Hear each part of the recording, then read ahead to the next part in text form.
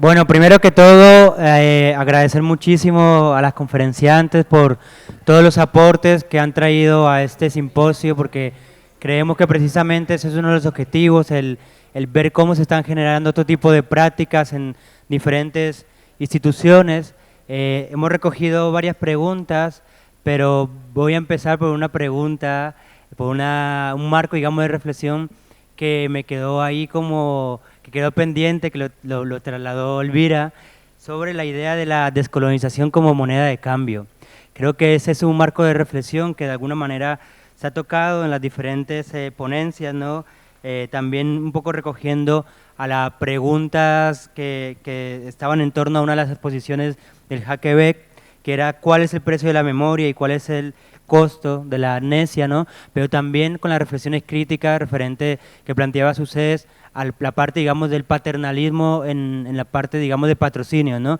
Entonces, bueno, quería como empezar este espacio, digamos, de diálogo a través de ese gran enunciado que nos dejó Elvira de la descolonización como moneda de cambio. ¿Cuál es vuestra reflexión acerca de esa frase?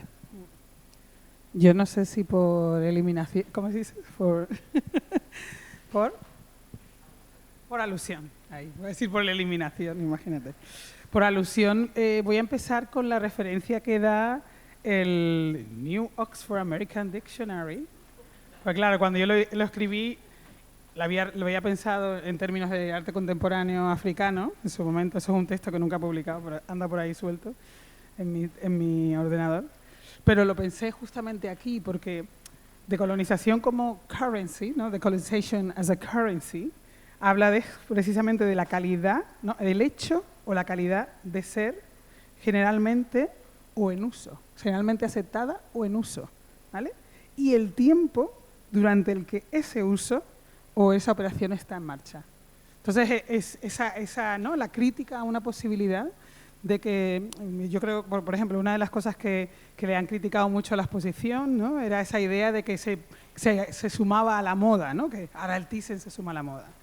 No, mira, una cosa de las que estamos hablando, y por eso me parecía muy importante recuperar ese siglo de exposiciones, era que esto es algo que lleva pasando durante mucho tiempo y que ha venido para quedarse. Eso es una nueva forma de reflexionar contra un canon epistemológico, contra una dramaturgia de las exposiciones. Yo no he hablado, por ejemplo, de lo que hacemos en el MACBA, pero hay un ejercicio, ¿no? Si pensamos en lo que decía antes, que el museo de por sí es colonial y que si quiere ser anticolonial tendrá que dejar de ser museo como tal, ¿no? Y eso es una reflexión que, como os decía antes, Benedict Anderson en Sociedades en Imagined Communities lo tiene muy claro, es decir, el ejercicio que supone el censo como limitador de las personas, ¿no? El cuantificador y el limitador de las personas, el mapa como el limitador y cuantificador de los territorios, y el museo como cuantificador y limitador de la legitimidad ancestral, dirá él, digamos nosotros también desde esa perspectiva. No pasa nada, todos los papeles fuera. Me hago a la Carrie Mae Wynn ahora. O sea, lo que me parece fundamental, ¿no? Ese ejercicio. Entonces, tenemos que tener muchísimo cuidado, ¿no? Por eso decía dos cosas: la decolonización del museo, sí, pero también la decolonización de la decolonización del museo. Hace falta ser muy juiciosos y hace falta estar muy comprometidos. Terra lo decía antes, compañeros de Terra, mientras hablábamos con Guillermo. Hay una cuestión a largo plazo. Esto es solo el principio. Y lo que es fundamental, que tanto vosotras dos lo habéis planteado como yo creo que nosotros lo planteamos desde el museo, hay un ejercicio directo de esa formulación que está en el tipo de exposiciones que tú haces para romper con esa, digamos, dramaturgia de lo decolonial, poscolonial, anticolonial, antirracista en tu espacio, pero también está el ejercicio de desvirtuar la dramaturgia del museo, que es en sí un intento, seguramente fallido, como decías tú, ¿no?, de generar una nueva dramaturgia. Pero es que la cuestión no es llegar a una respuesta correcta, que probablemente no exista, sino que permanentemente y de una manera estéticamente de empoderamiento permitamos que esa relación que establecemos en el museo entre lo que el museo narra, los objetos que están ahí para generar una experiencia estética y la relación que nosotros establecemos con el objeto, la forma de aprendizaje que tanto esos objetos diseminan al visitante como la del museo, que aprende de artistas, del objeto, de los visitantes, de los profesionales del sector. Esa interdependencia se mantiene en la tensión que se plantea como estructura. Y de nuevo vuelvo a Peck, a Raoul Peck, porque los primeros minutos de Raoul Peck lo que hace es decirte, te voy a contar una historia que tiene este personaje que yo observo desde este lugar. Tú ves, ¿no?, la ruptura de la cuarta pared, tú ves el making of y el tipo te devuelve otra vez a la historia. Con lo cual esa idea de que la estructura, ¿no?, por eso decía lo de la Pinacoteca Migrante, por eso digo lo que estamos haciendo en el museo, más allá de lo que se habla de específicamente como el que será el proyecto este que llevamos con Chicago, del Planeta Negro. Es una cuestión, como le pasa al Museo Thyssen mirando a su propia colección, ¿no? Es una cuestión de desarticular, desvirtuar una certeza que el museo en sí parece, ¿no?, seemingly, diríamos en inglés, que lleva consigo.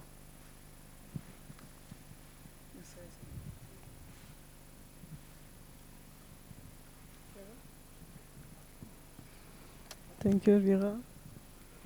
I think I liked when Elvira said decolonize the decolonial discourse in museums, and I think it's important to extend it to art institutions in general. We are at a state where, unfortunately, every time we hear the word decolonize, decolonial, we are skeptical. So it has gone to that. So the idea of the currency makes great resonance here. And I think that the more we move forward, the more we realize that beyond the discourse, the work has to be done in the institutions themselves. So for us, for instance, at HKV, we hardly use decolonial, as a title for a project, for a program, etc., because we believe that the decolonial practices are being manifested in the space itself on a daily basis. When it comes to transforming the institution itself, but also when it comes to the way in which we make institution.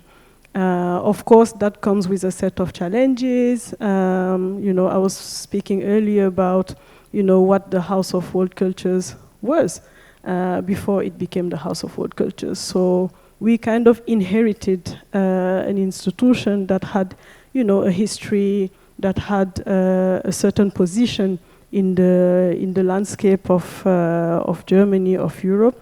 But we have engaged in a task of transformation that demands a lot in terms of presence, in terms of thinking, in terms of the force of propositions, programmatic proposition, intellectual propositions, all of that.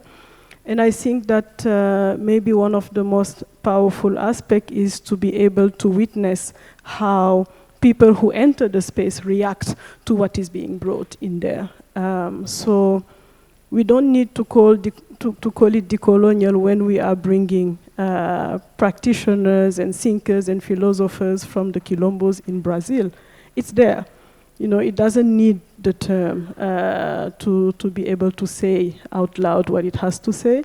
And I think that in general, for us, it's been important to think about, like all these knowledges that have not been taken seriously in the institutions where we are, in the context where we are today. And, like just thinking about how to learn from those different geographies, those different nations, those different knowledges is very important. So I think that as a team, we take that very seriously. So the question of the currency, becomes very important there. But we try to, bring in different ways of translating the knowledges that are important to look at today when we come to like decolonial thinking, decolonial practice and all of that. I like when also Elvira was saying quantifying and limiting, which, I think is a very strong way of looking at it. So is it about quantity or is it mostly about, you know, the depth of the work that we bring in? So I like when you say, okay, quantifying is limiting in some ways, you know, so the numbers are not really what's important here. What's important is what is it that you bring and what is the depth of the substances that you bring into the space. And also what are the spaces of connection, of conversation, of exchange that you create there.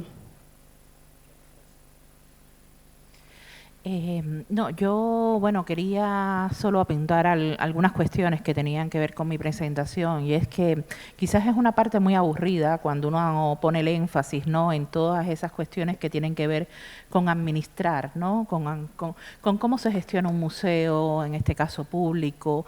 Hay una parte que somos conscientes que va a ser imposible, ¿no?, de descolonizar, que es la estructura misma sobre la cual se soporta esa administración. Es decir, es muy complicado explicar a las áreas administrativas de un museo que están, digamos, trabajando con números, etcétera, todo lo que atraviesa la adquisición, por ejemplo, de una obra en una comunidad maya cachiquel. Es decir, te piden una serie de documentos, etcétera, que es imposible que ese artista lo tenga. Entonces, ¿cómo rebasar esa parte? Hay cosas que son muy difíciles de romper, o la misma manera, ¿no?, en la que entra el personal que luego va a trabajar en los museos, y que ustedes hicieron un informe muy exhaustivo sobre eso. Entonces, esta parte que es tan engorrosa, aburrida, que no tiene altos vuelos teóricos, porque lo que es la realidad pragmática del museo, realmente nos ayuda a explicar muchas cosas de por qué se ve lo que se ve en los museos y por qué se expone de una forma determinada. Esta idea que tú has advertido, Elvira, sobre que las exposiciones no son solo cosas que pasan en los museos, sino que le pasan a los museos, y en ese sentido tienen una potencia transformadora que está ahí y que depende de cómo se puede aprovechar. Voy a citar un ejemplo porque veo por aquí además a una persona que está investigando sobre estas adquisiciones que se hicieron en el Reina Sofía hace unos años sobre las obras de los caracoles zapatistas. Virginia está por ahí. Es decir, y teniendo en cuenta, ¿no?, ahora mismo toda la polémica que hay entre el Estado español y el Estado mexicano, es decir, el hecho que unas obras de autoría colectiva que vengan de los caracoles zapatistas hayan entrado en un museo estatal español es algo muy significativo, y que hayan pasado a estar en la propia reordenación inmediata de la colección. Sin embargo, es decir, todo el trasfondo burocrático que eso generó, todas las polémicas, todo, es decir, es una historia que queda ahí, que están haciendo una investigación excelente, que esperemos poder leer muy pronto, pero que ayuda a comprender también, ¿no?, esas tensiones, y esas tensiones son las que se dan porque efectivamente estamos encorsetados en una estructura que sigue siendo moderna, a pesar de por lo mucho que logramos hacer a través de exposiciones, de procedimientos simbólicos, etcétera. Entonces, a veces esas cifras que se ponen, que son muy frías, no es el dato por sí mismo cuantitativo, es que ese dato te lleva a interpretar, ¿no? Entonces, también Esther Gavara, que anda por aquí Pedro, está haciendo una excelente investigación en ese sentido. Entonces, yo creo que hay que un poco, si no la podemos desmontar, al menos denunciarla y al menos ponerla en evidencia, que es lo que se hace con ese tipo de informe. Es decir, ¿por qué? Porque nos ayudan a explicar esta realidad tan difícil en la que estamos situados, por mucho que hayan voluntades, pero es que estamos per se encorsetados en una estructura que no nos deja ir más allá.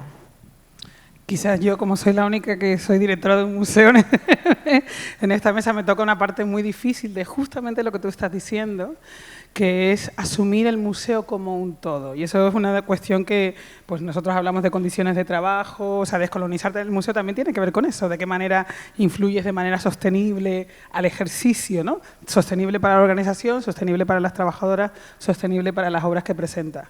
Y creo que la clave de todo eso está en transformar la dramaturgia del museo, que no es solamente el espacio de visita al museo, sino también el museo en sí.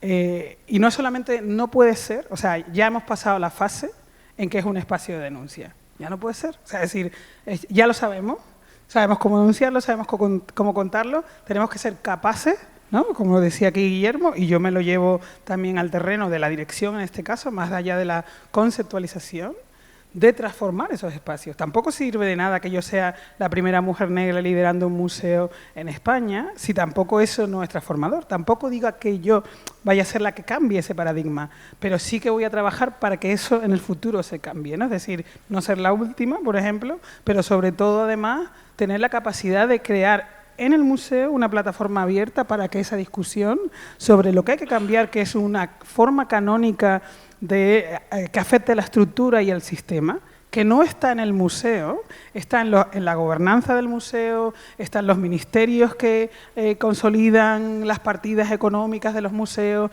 están en las instituciones y los trusts internacionales que entienden que ese cambio que tú estás intentando desarrollar tiene que pasar a un nivel conceptual, ¿no? La gente le da igual, o sea, las cifras que tú presentas aquí y la manera en la que, por ejemplo, nosotros hicimos un proyecto en condiciones de trabajo con las compañeras de recursos humanos y la gente que está trabajando con nosotros como artistas educadores, precisamente para entender cómo el tipo de burocracia que tiene el museo afecta la precarización de estas personas. Lo mismo con el tipo de obra que tú quieres incorporar, lo mismo con entender que tú no puedes nombrar, o sea, el lenguaje que el museo tiene está canonizado también, la administración del museo es canonizada. Por lo tanto, tú no puedes utilizar eso para tener una custodia de un trabajo que es ritual, que es experimental y que a lo mejor necesitas o protocolos o otra manera de enfrentarte a ellos, ¿no? Entonces, creo que tenemos que reconocer también, o sea, hay que no coleccionar, porque esto sería un poco bestia, pero que sí el hecho de que cuando tú trabajas con una obra que se produce más allá del canon occidental, que el canon occidental es incapaz de asumir como tal en su vertiente originaria, lo que tienes que adoptar es el saber que hace posible desde esa vertiente originaria, desde ese conocimiento no occidental, que eso constituya una experiencia artística que sea relevante para el museo y para la transformación que ese museo está haciendo en términos de, uno, la historia de arte universal, pero también lo que existe localmente, pues por lo que decíamos antes, porque existe una comunidad súper intensa de gente de esas regiones provenientes de esa cultura que te exigen, para que se sientan interpelados por tu trabajo, ¿no? Te exigen que tú hagas ese cambio. Entonces, tenemos que asumir que a lo mejor el lenguaje que tenemos, el glosario que tenemos, los elementos administrativos, sistémicos, estructurales que tenemos, que seguramente son, además de modernos, racistas, no nos sirven para muchas cosas de las que nos enfrentamos.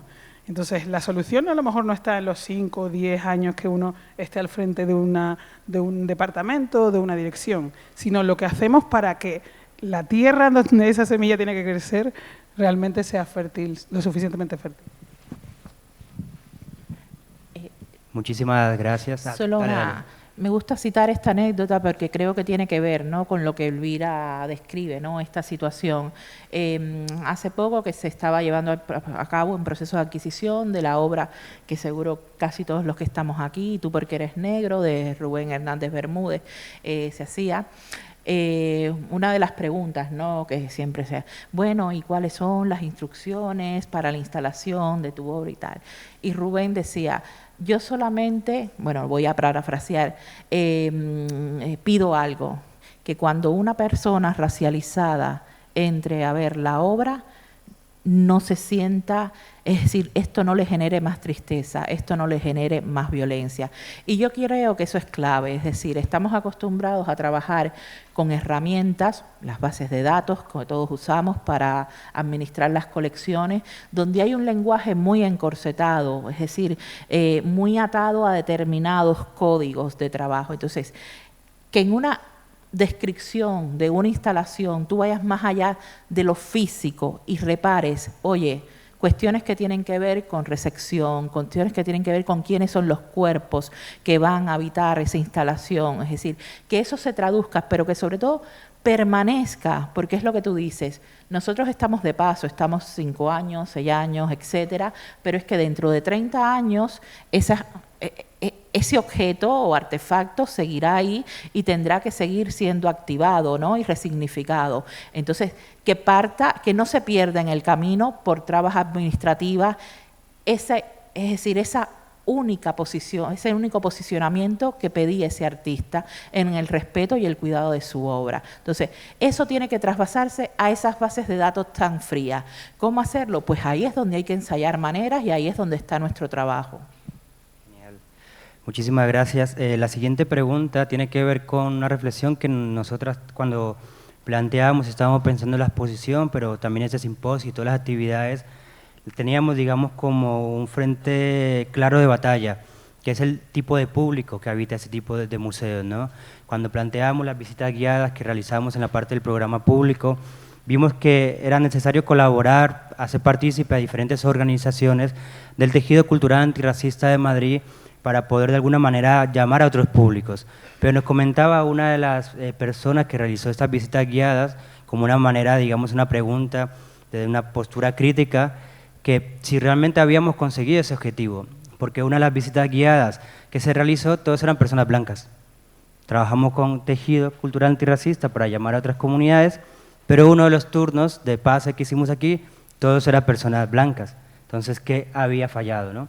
Y en este caso, Sabrina Anrabi pregunta, una pregunta dirigida para María Elena, pero que es una pregunta también para vosotras, si en el HKB se ha observado algún impacto en el tipo de público que visita la institución.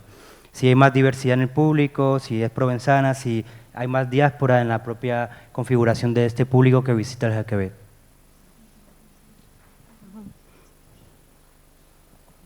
Thank you.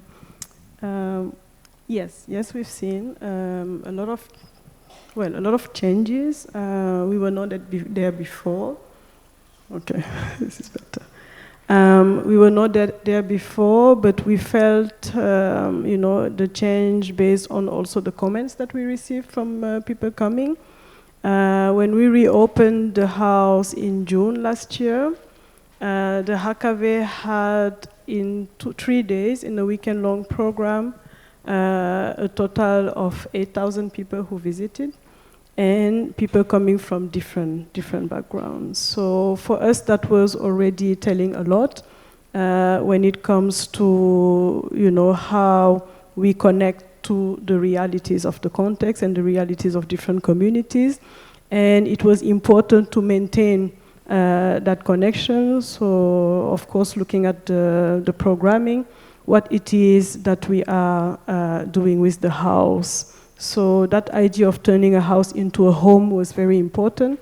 And by doing that, it was important to connect with the different communities that are in Berlin, in Germany. In the programming also, we think a lot about ideas of, coming together in different forms of reunion. We play a lot with that notion of congressing, for instance, especially thinking about the fact that the house was a congress hall first. So congressing is a form of program making for us. And when you say congressing, you think about different traditional forms of congressing that exist. The Mingas in Colombia, the Penches in Senegal, the Peñas in Peru. So really thinking about those ideas of the Palaba tree, where communities are invited to come together and reflect around specific subject. And while doing that, we realized that people were slowly appropriating the house, like they were really feeling at home, which was very important. And I think that helped to attract different types of publics, like different diasporas, be there, African diasporas, from Latin America, from Asia, etc. And I think also that, but maybe that Atabe will talk more about it later, one thing that was important is to think about, practicing in the house and practices that bring communities together. So how can we learn from ancestral technologies that are linked to different communities that exist in Berlin? So last year and this year, we invited different practices in the house that are known as healing practices from Colombia, from Senegal, from elsewhere, and that have achieved, these ideas of being and living together. Also, our colleagues of education practices have developed a a lot of exhibition tour strategies where they invite people from different communities to give tours in their own languages. So we have, you know, the general English and German tours in the house, but then you have Spanish, you have French, Turkish, Arabic, and all of that. And that also contributed to, you know, strengthening the connection with the publics of HKW. And I think that, you know, like one thing that was very important also is to make sure that every project that happened, every program that happened in the house is translated. So it's not just in German, because we are in Germany. So German and English, as you're doing here, for instance, German and English and French, depending on what is the direction of the program.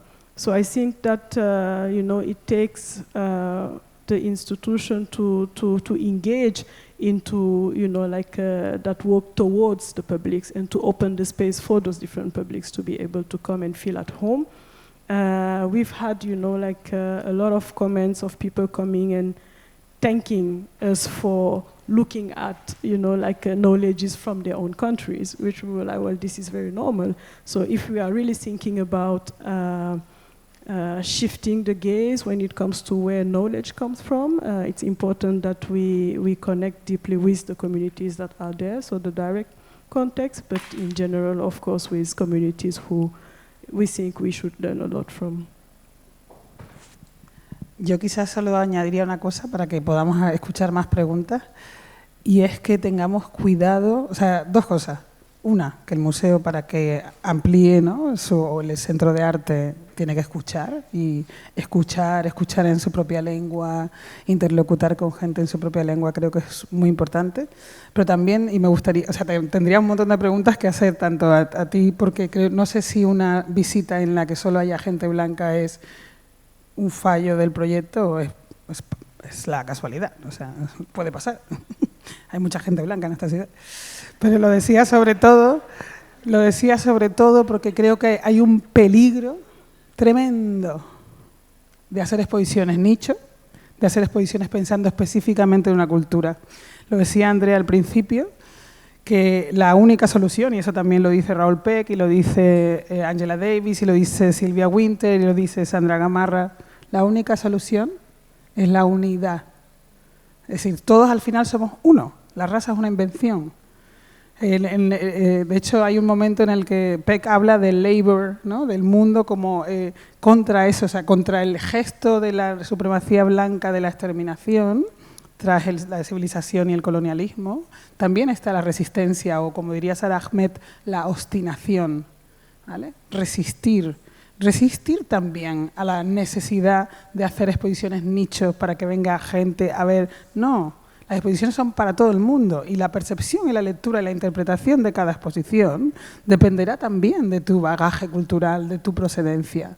Y lo importante es, como decía Rubén, es que tú no te sientas rechazado al entrar en un espacio expositivo. Hoy ha sido muy divertido porque, claro, todo el mundo sabía dónde íbamos. A mí me han visto y me han dicho, al fondo.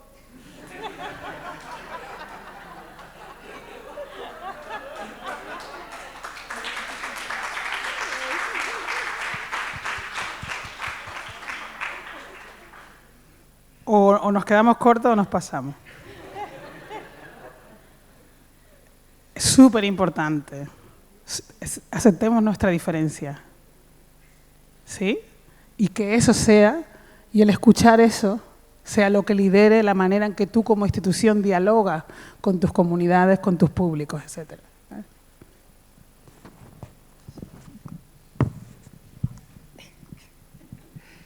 Sí, o sea, bueno, simplemente como... Bueno, luego lo hablamos, porque realmente tenemos poco tiempo, sí, tenemos 10 minutos y nos quedan dos preguntas. Bueno, Fernando Barbosa pregunta, que es profesor de la Universidad Complutense, que está aquí, ¿quién define lo exótico? Y si lo exótico es la sesión, ¿a qué sesión, qué tipo de sesión es, ¿no? ¿Cuáles son los referentes? Excepción. Excepción. ¿Qué define lo exótico? Si lo exótico es la sesión, ¿qué tipo de sesión es? Y ¿cuáles son los referentes de comparación referente a lo exótico?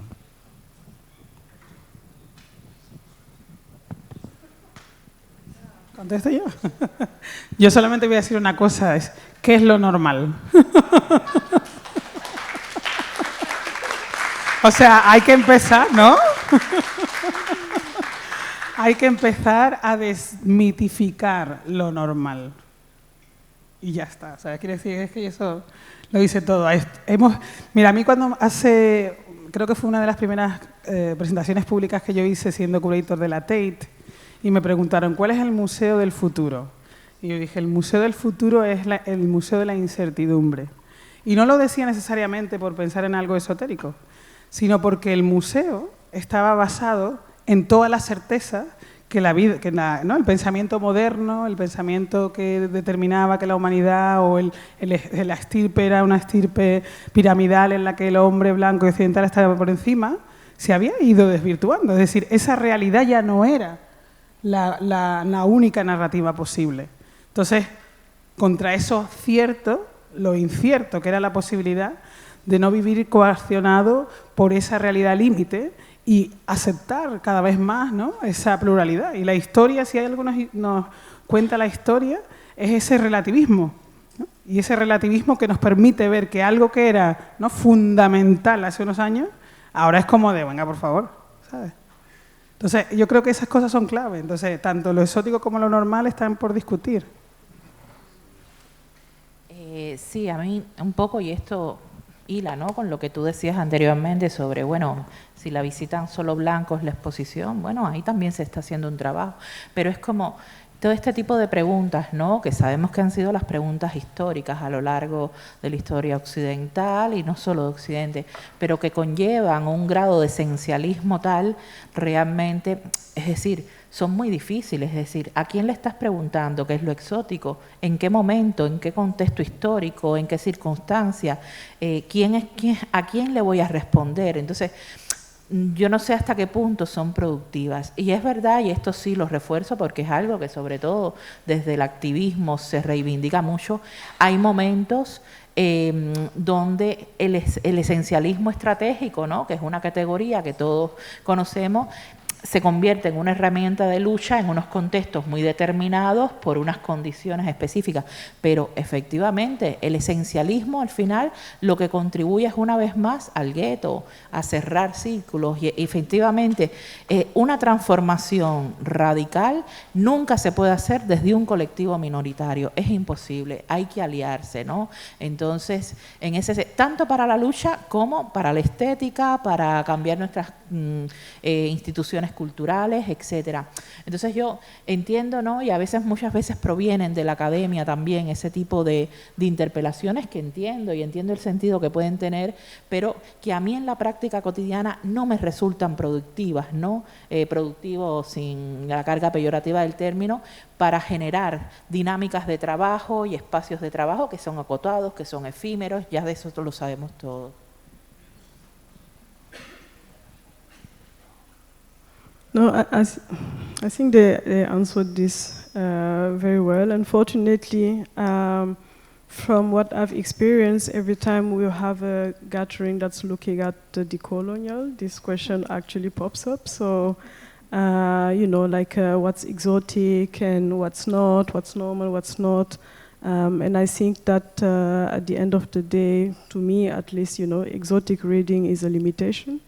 A limitation in understanding the plurality of beings that we are, a limitation in understanding that, human beings that don't exist alone, they exist together with all sorts of beings that are not human and that surround them. So I think that while doing a work where it's important to think about plurality and plurality of beings and beliefs, we have to stay strong and be always ready to have to respond to questions like this.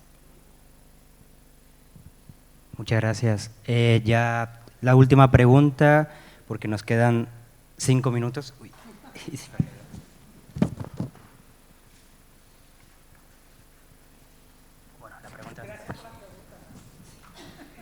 Esta es de Andrea Pacheco, y lo plantea precisamente a partir de la última diapositiva, ¿no? De a quién pertenece Alemania.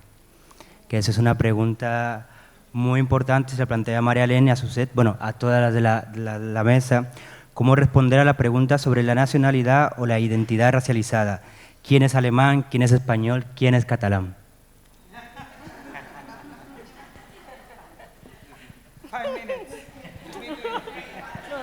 I don't want to be the first one. No, la pregunta de Germany you have to respond.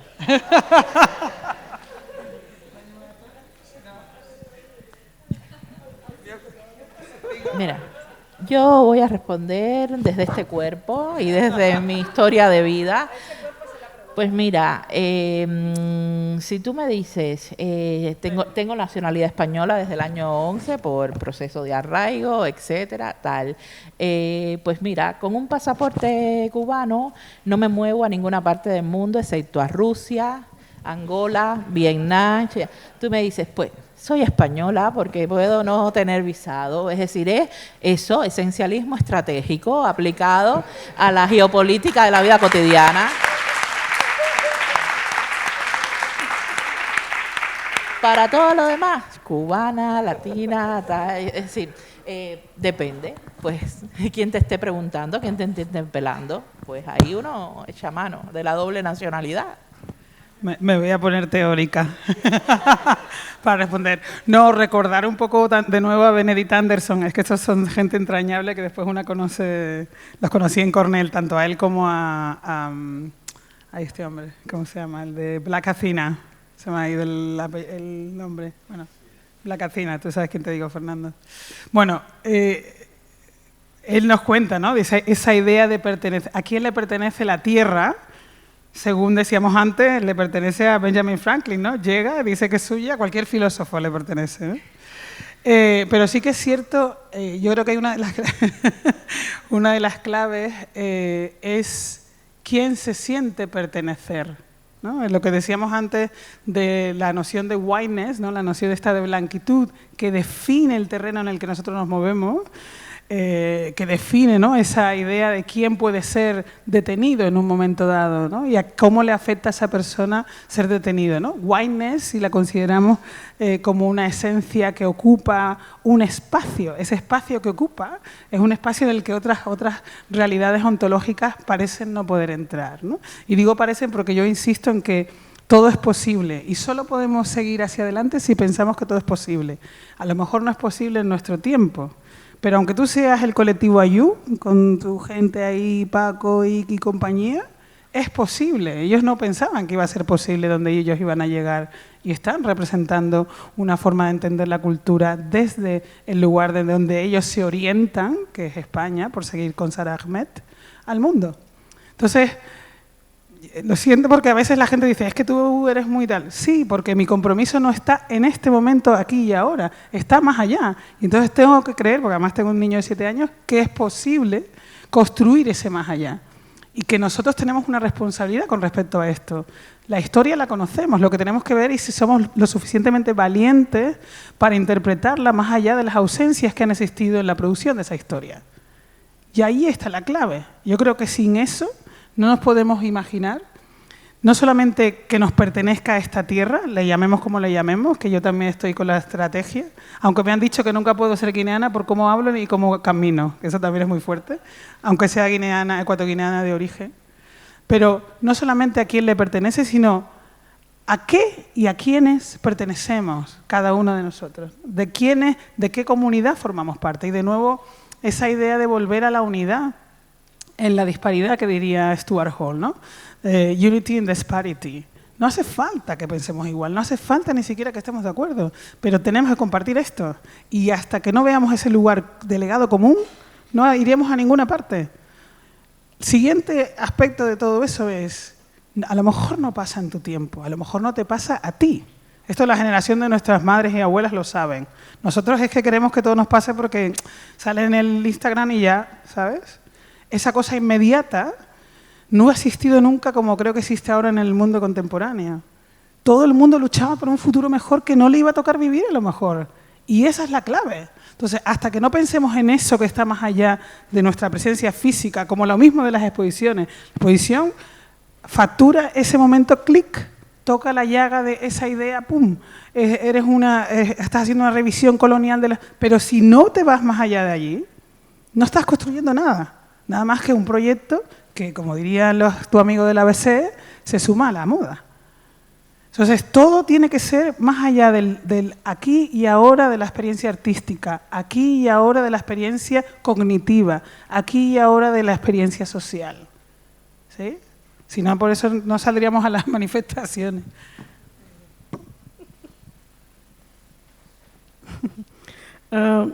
Look, I think that if I reply from a personal point of view,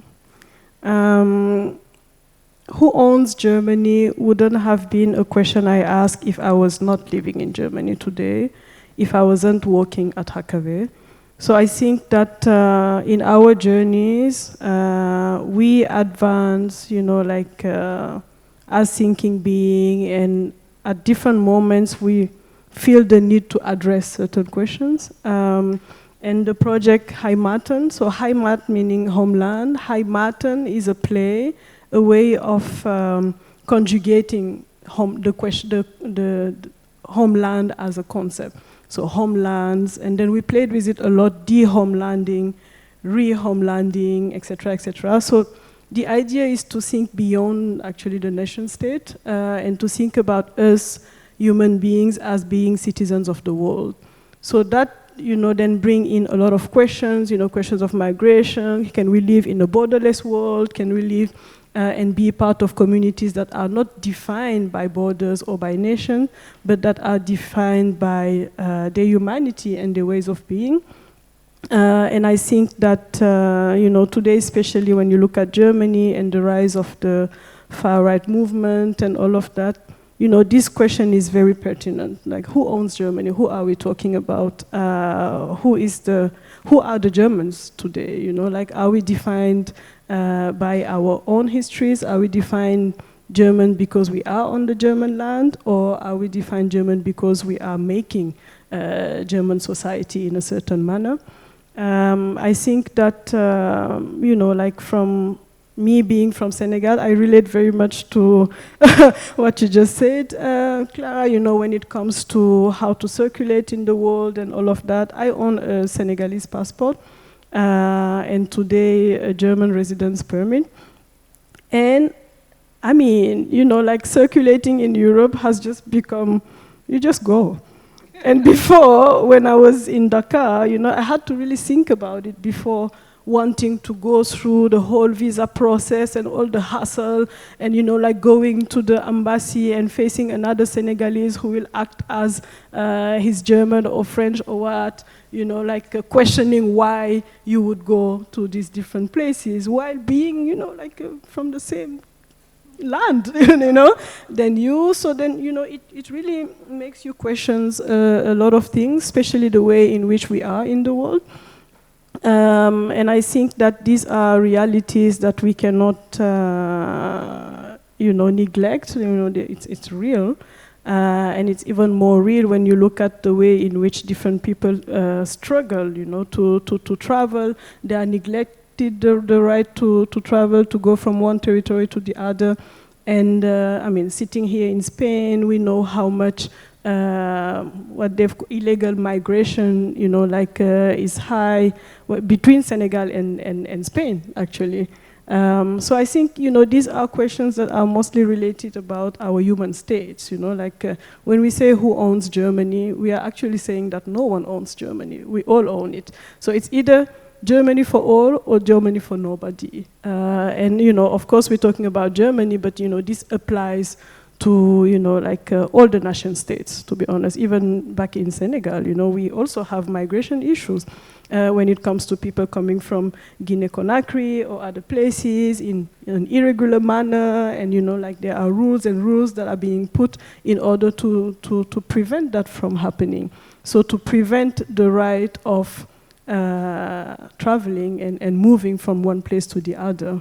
in a certain way. So yeah, who owns Germany? It's a question where actually for me the answer is no one owns it. We all own it, we all own the world, and no one owns the world at the same time.